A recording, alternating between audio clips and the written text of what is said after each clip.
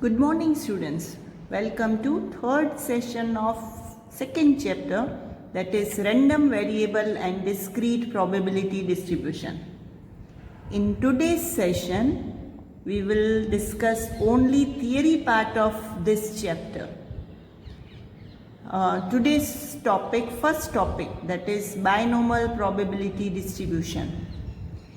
Now this distribution that was given by Swiss mathematician named James Bernoulli in the beginning of 18th century. These both things, name of the statistician and when, these both can be asked in one line or in MCQ, both point of view, very important. So remember, Swiss mathematician James Bernoulli and in the beginning of 18th century.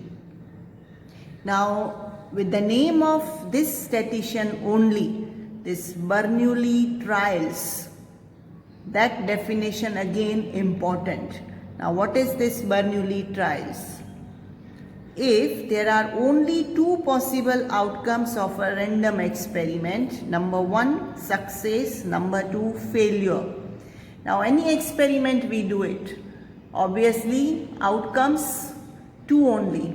Say example, one coin is tossed, either head or tail. Now if random variable we decide that is head comes, so obviously if head comes then it is success, and if tail comes then it is failure. So that is why if there are only two possible outcomes of a random experiment, that is success and failure, and if the experiment is repeated independently under the same conditions, this experiment again and again we do it with the same conditions, and if the probability of success remains constant in each trial, then such trials are known as Bernoulli trial.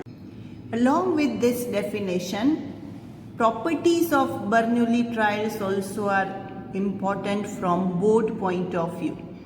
Now there are four properties. Number one, the experiment should be dichotomous. That is, there are only two possible outcomes of the experiment, that is success and failure.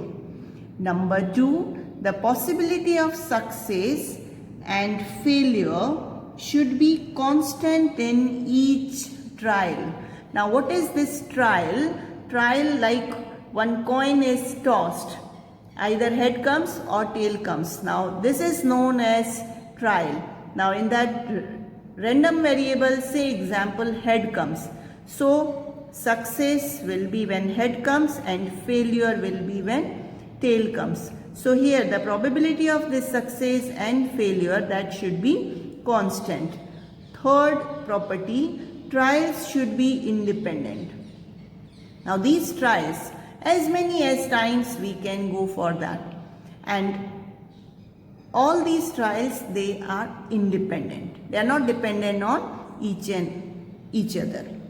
Fourth, that is the sum of the probabilities of success and failure in any trial, that should be 1. Now remember, we call success that is P and failure that we show with Q. So P plus Q, it's always 1, that is success as well as failure. The probability of getting success and probability of getting failure, that total it is 1 always. So these are the four properties of Bernoulli trials. Now come to the next topic, that is binomial probability distribution. Now first, what is the meaning of this binomial probability distribution? If an experiment can result in two ways, that is success and failure, and the probability of success P and that of failure Q, where just now in property also we discussed P plus Q is equal to 1, remain constant in each trial, and if the experiment is repeated independently for n times, then the probability of getting X successes is given by, here it is the formula which we use in this binomial probability distribution.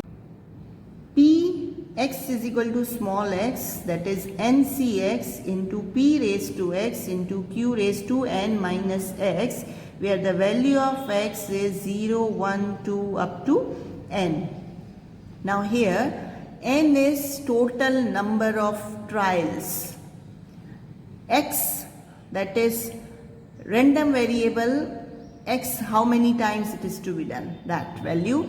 P, that is probability of getting success. Q, that is probability of getting failure.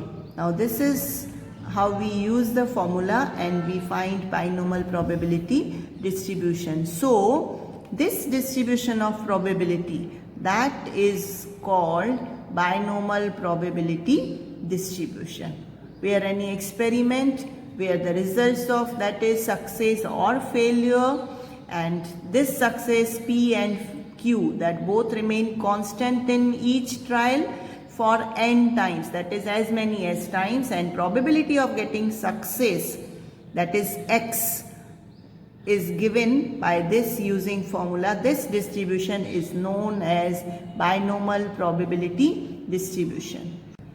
Next topic, very important from board point of view, that is properties of binomial probability distribution. Now this question either 2 marks or 3 marks. Board they ask. If comes 2 marks, then you write 4 points, and if comes of 3 marks, then you write 6 points. But it doesn't mean that from these 9 points you remember only 6 or only 4. Why? Because even other properties also are useful for one-line answers or MCQs. So try to remember, and it's too easy also. Now first property of this binomial probability distribution, that is, this is a distribution of discrete random variable. It's of discrete distribution, so remember this is the first property. Second, that is n and p, these two are the parameters of binomial distribution. What is the meaning of parameters? Now this binomial probability distribution, that with what we can measure, that is called parameters. So binomial probability distributions parameters are n and p. N, that is number of trials, and p, that is probability of getting success. Next is, that is mean of binomial distribution, that we show it with NP. Now which shows what?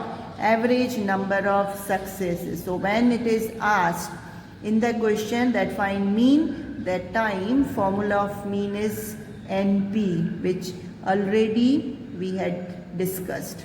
Next, that is variance. Now variance of binomial distribution, that is NPQ. With n and p we multiply q also, that is variance. And obviously SD will be what? Root of this NPQ. Next, fifth property, when p and q are equal, at that time value of p and q is always half. If you remember, in just now only we discussed what? That p plus q, that is 1.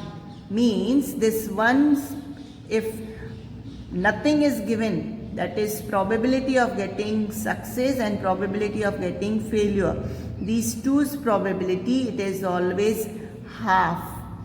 If in the question it is given probability of getting success is, say example 3/4, then value of q, that is probability of getting failure, will be what? 1/4, because total of this is 1. But when nothing is given, it is understood that p and q, it is half only. So when p and q value it is half, it is same, that time binomial distribution is always symmetrical distribution.